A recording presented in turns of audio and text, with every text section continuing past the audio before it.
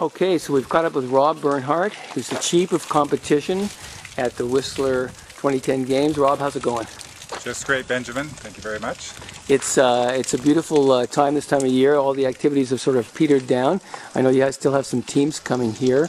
Your title is the Chief of Competition. Can you tell us more about what that means? Well, as the Chief of Competition, my responsibility is to run the competitions that take place in the cross-country stadium during the Olympics and the Paralympics. So about how many events does that embody? There'll be 13 events during the Olympics, and now you've got me with a tough question, 6 events during the Paralympics. Okay, so right behind us is the competition center.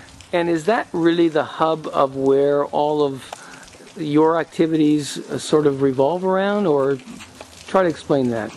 That's right, Benjamin. That's really the competition center, as the name implies. That's where services like the race office, timing, the jury room, that sort of thing are all located. Other major functions such as stadium and course are located closer to their workspace, which tends to be more outdoors or located in facilities that are more convenient to the grooming equipment or to the stadium equipment, that type of thing. So basically you're managing all of the facilities and all the infrastructure that happens on race day. That's right. It's the entire field of play, and most importantly, it's all of the volunteers. We'll have over 200 volunteers to put on a competition, so that's really the key to the competition committee. It's a committee of these trained sport technical volunteers who are all practiced at putting on competitions of this sort. Is there, in terms of your involvement with the athletes, can you explain the role that you play in that? Well, we of course work closely with the athletes and with the coaches. The coaches tend to speak for the athletes and represent them, so much of our contact is with the coaches as well.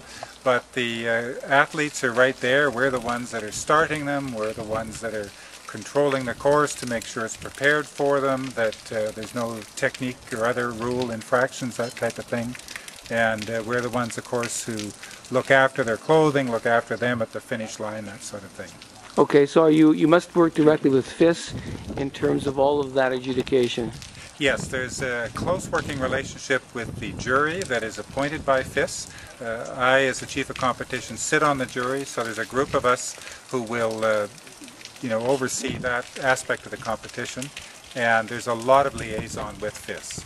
You mentioned 200 volunteers, and it's one question that I was wondering. I spoke to John Alberg earlier on. We interviewed him, but volunteers play a big role in the whole Olympic exercise. Is the 200 that you talked about just for the competition?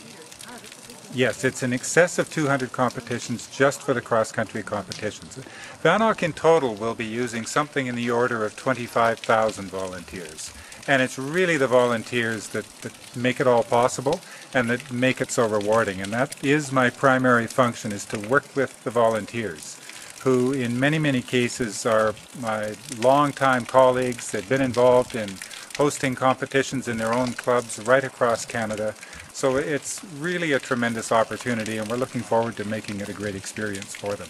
That sounds great. For the countdown now, as the season ends and winds down here, what's on tap for you going forward as the games are soon going to be here? Well, as glamorous as the games sound and as glamorous as the position might sound, today we're actually filling out spreadsheets, doing workforce scheduling, saying which day, which volunteer is going to work which shift. And we're doing that for the 200 and odd volunteers. So it's not all glamorous, it's a lot of detailed work, and you just happened to caught us doing that today. And so that's the sort of thing we're doing. It's a lot of very detailed planning. For an event of this magnitude, it doesn't work to do it spontaneously. There's too many other people who are dependent on knowing exactly what other people are doing. So it all needs to be fed into the large system that's used to manage an event of this scale. And that's what gives us much of our work over the coming months. Sounds great. Have the events that have taken place here already been a big help in terms of your planning and execution for the games? Benjamin, they've been absolutely essential. We started hosting events here 2 years ago when the venue wasn't complete. Things were rustic. And first of all, we didn't have a building, so things were very rustic. But eventually we moved into facilities as they were completed, and we were able over the course of the 2 years to really put together a good team. A team that now knows their responsibilities, they know each other, they know the conditions, the venue, and doing that and having the experience of going through all of that has been just a huge asset.